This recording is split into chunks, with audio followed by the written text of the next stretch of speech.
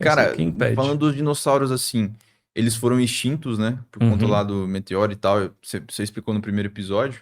O que você acha que dá pra gente aprender com isso, assim? Eles ficaram na Terra, acho que de 250 milhões 160 milhões de até anos de 66. reinado, assim, 170 por aí. De, 170 milhões de de anos reinado absoluto. e eles foram extintos. Uhum. Nós estamos aqui, quer dizer, o Homo sapiens é mais ou menos 200, 300 mil anos, né? Exato, exato. O que dá pra gente aprender com isso em relação ao futuro da humanidade, cara? Muitas coisas. Primeiro, você nunca pode ficar confortável demais com o seu domínio. Porque mesmo grupos que estão extremamente adaptados ao ambiente em que vivem, se você tiver uma grande perturbação desse ambiente, você vai ter extinção. Então, não existem espécies a salvo de extinção. A gente não está a salvo da nossa própria extinção. E qual que é o grande aprendizado que a gente tem com a extinção dos grandes dinossauros? É o fato de que mudanças ambientais bruscas que ocorrem em um curto período de tempo acabam com qualquer espécie. Porque não foi o asteroide que matou os dinossauros. O asteroide matou quem estava embaixo deles.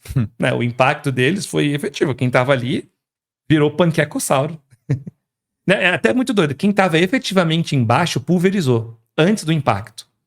Porque conforme o asteroide vem descendo, ele compacta uma camada muito grande de ar e essa compactação brusca leva muito a temperatura. Chega a 6, 7 mil graus. Você pulveriza. Pulveriza. Então o bicho... Vira pó. Igual uma bomba atômica. Assim, você só fica manchinha de quem tava ali. É pulverização. Um calor muito grande, vira pó. E depois tem todos os impactos, mas o asteroide mata quem tá embaixo dele. Depois, o que matou foi o inverno nuclear.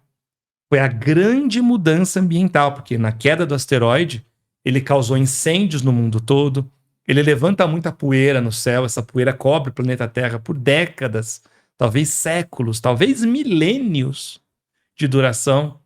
A partir disso, entra pouca luz do sol, com pouca luz do sol tem pouca fotossíntese, com pouca planta os herbívoros morrem, com poucos herbívoros os carnívoros morrem.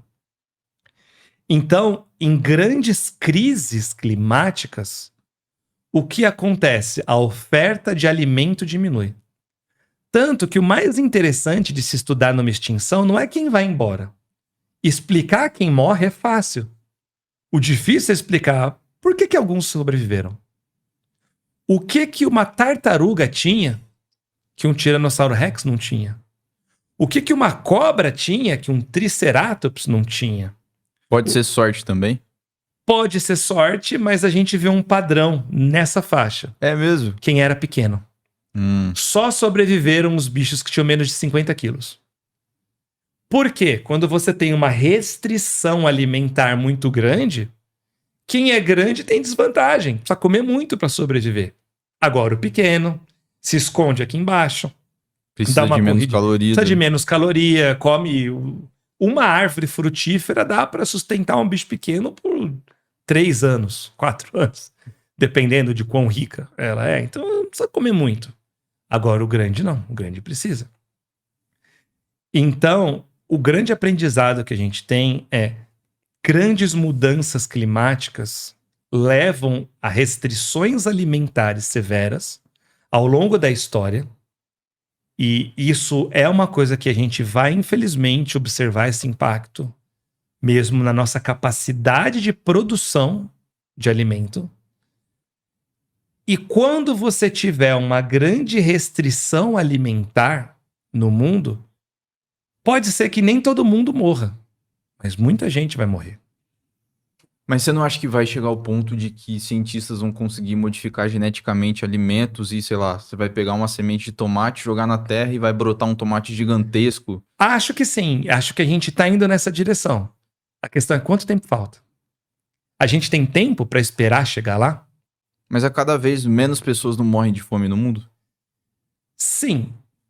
Eu não sei, eu não tenho exatamente esses dados para saber. Isso daí. É isso mesmo, né? Hoje, por exemplo, mais gente morre comendo mais, né? de obesidade É. e tal, do que de fome mesmo. Por conta disso, Então a gente tem esse lado. Só que qual que é a troca que a gente tá tendo em troca disso? Você tem cada vez mais desmatamento de áreas naturais. Sim. Então você está levando, por exemplo, a desertificação daqui da região sudeste. Então você tem a região sudeste aqui, que quando você olha no mapa, todas as regiões dessa mesma latitude que a gente está são desertos. O deserto da Namíbia, na África, é o Kalahari, lá na Austrália. Aqui do nosso lado é o deserto do Atacama. Por que a gente não é um deserto? Porque a umidade que vem da Amazônia, através dos rios aéreos, traz chuva para cá. Só que você começa a ver pequenos padrões. Até o começo do século XX, São Paulo não era conhecida como a terra da garoa? Faz quanto tempo que você não vê a garoa? Que você não tem momentos em que simplesmente está garoando. Só fica garoando, aquela umidade bem baixinha assim. A gente está passando por ciclos cada vez mais extremos. Ou chove muito, de uma vez, ou você entra num ciclo de muita seca. Que falta água, a gente tem que racionar água. Cadê a garoa de São Paulo? Por exemplo. O desmatamento da Amazônia tem levado a ter menos umidade trazendo para cá. E com isso, você está trazendo aquilo que era esperado para a região. É esperado que essa latitude geográfica seja um deserto. O que vai acontecer com as 50 milhões de pessoas que moram na região sudeste, sei lá, 70 milhões de pessoas, quando isso aqui virar um deserto? Para onde vai todo mundo? E todas as plantações que estão nessa região, que é uma região muito importante, por exemplo, para produzir café. Então, para onde vai toda essa produção? Sim. O que vai acontecer? Vai acabar café no mundo? Vai diminuir a nossa oferta de café? Outros lugares vão pegar? Para onde que você aloca uma migração de 60 milhões de pessoas, 70 milhões de pessoas? Nada é estático, né? Nada. Tudo vai mudando assim. É muito E a dinâmico. gente vai ter que se adaptar a qualquer coisa. E assim. outra, o Brasil, ele tem um potencial de tecnologia agrícola absurdo. A Embrapa é maravilhosa. A gente revolucionou a ciência agrícola no mundo com o que é investido aqui em pesquisa. Só que o Brasil ainda é um país que depende muito unicamente de extrativismo. A gente investe pouco em inovação. A gente desenvolve tecnologia, mas nem sempre a gente tem a patente da tecnologia. Uhum. Aí a gente vende o conhecimento e outros países desenvolvem a tecnologia, a gente compra deles a tecnologia. Né? Que é uma loucura. Loucura Isso. total. E a gente tem muito desmatamento ilegal no Brasil, avançando de maneira muito rápida. Assim, sempre. Porque a realidade é que a gente tem interesses econômicos na agricultura brasileira desde sempre. Assim, não é de agora que existe uma bancada ruralista no Congresso. O Brasil sempre foi dominado por grandes famílias, né, de grandes propriedades rurais. Isso continua até hoje. E o problema é quando você leva, ao invés de você investir, por que a gente não estuda tecnologia para você não precisar desmatar novas áreas de pasto? Para você deixar elas mais produtivas. Deixar elas mais produtivas. E não você... O esquema que é hoje, você tem uma área de pasto, aí o bicho come, aí você desmata outra para plantar outro pasto, você não recupera que foi, então vai virando um deserto, vai aumentando, né, a aridez do país. Vai deixando desertos mesmo. Assim. Vai deixando desertos, ou áreas abertas, campos abertos. Não volta ao padrão. Demora para voltar, porque aí da colonização de uma área aberta, ela tem que seguir um passo. Então não adianta plantar uma árvore grande, não tem nutriente na terra para aquilo. Meu professor de ecologia falava, qual que é o problema de você derrubar uma árvore na Amazônia e mandar para a Europa a madeira? Você não está mandando para a Europa só a madeira. Você está mandando potássio, magnésio, todos os nutrientes que estão nela. Quando a árvore cairia normalmente, devolveria para a terra. Caramba, muito interessante. Então você está mandando embora comida das próximas plantas que deveriam ir para lá. Tá mandando a própria commodity da terra, assim. Exato. Você tá mandando elementos químicos raros, muitas vezes. Caramba, cara. Embora. Isso tem um valor absurdo. E aí você não vai conseguir recuperar a terra, ou vai demorar muito tempo. Porque aí você depende de um processo de recolonização. Então, primeiro tem que vir gramínea, as graminhas que vão crescer. Quando essas gramas morrem, aí vai crescer os arbustinhos pequenos, aí depois arbustinho pequeno, árvores pequenas. Quer dizer, do jeito que tá, então, o Brasil exportando essas commodities, uma hora o solo Exato. vai cobrar caro. Esse é o problema de você depender da exploração de um recurso finito. É por isso que a gente bate na tecla da questão de você buscar, por exemplo, formas de energia renováveis. Porque o petróleo no planeta é finito. Ele demorou milhões de anos para se formar. O que vai acontecer quando ele acabar? Uma hora ele vai acabar. Se não tiverem outras fontes de energia, vai ter uma crise energética. Você tem uma crise energética absurda. Não tem mais o que queimar. Não tem carvão, não tem gás, não tem petróleo. Essas são reservas finitas. E aí a estratégia de alguns países, como os Estados Unidos, é furar mais. Vamos buscar mais, vamos furar mais. Buscar mais petróleo, fazer isso. Tudo bem, você está só empurrando a poeira para debaixo do tapete. Uma hora você vai ter que investir em transição energética. Não era melhor a gente já investir desde já e mantendo as nossas reservas controladas do que você vai tudo, eu vou ganhar o máximo de dinheiro agora, mas depois eu vou gerar uma crise econômica absurda lá na frente? A gente está fazendo necessariamente o que é mais inteligente como sociedade? E os impactos que isso vai causar? Por exemplo, o aquecimento global, levando a mais estragos. Qual foi o prejuízo que a gente teve, por exemplo, das chuvas lá no Rio Grande do Sul? Pois é. Quantos bilhões de reais a gente não perde todos os anos por conta de danos com chuvas que ficam mais intensos? Aí você vê que até o sistema político não é propício, né, para que isso melhore, porque o candidato ali, durante o seu mandato, ele vai fazer durante os 4 anos o que tem que fazer para melhorar a economia. Quer dizer, ele não vai se sujeitar a essas práticas para melhorar a longo prazo, né? Exato. Ele vai querer ganhar de novo. O sistema de você depender de apenas 4 anos leva você a pensar sempre no curto prazo. E você entra já pensando na sua reeleição. Fora que existe um grande conflito de interesse. Muitas das pessoas que estão hoje ocupando cargos no Congresso Nacional, por exemplo, são fazendeiros, donos de terra, donos do agro, das grandes marcas no Brasil. Você acha que eles vão votar algo que vai causar prejuízo financeiro para eles, mas uma coisa positiva para o país ou para o mundo como um todo? Não vão. Então essas pessoas deveriam estar votando nessas leis? Seria a mesma coisa. Você deveria votar no aumento do seu próprio salário?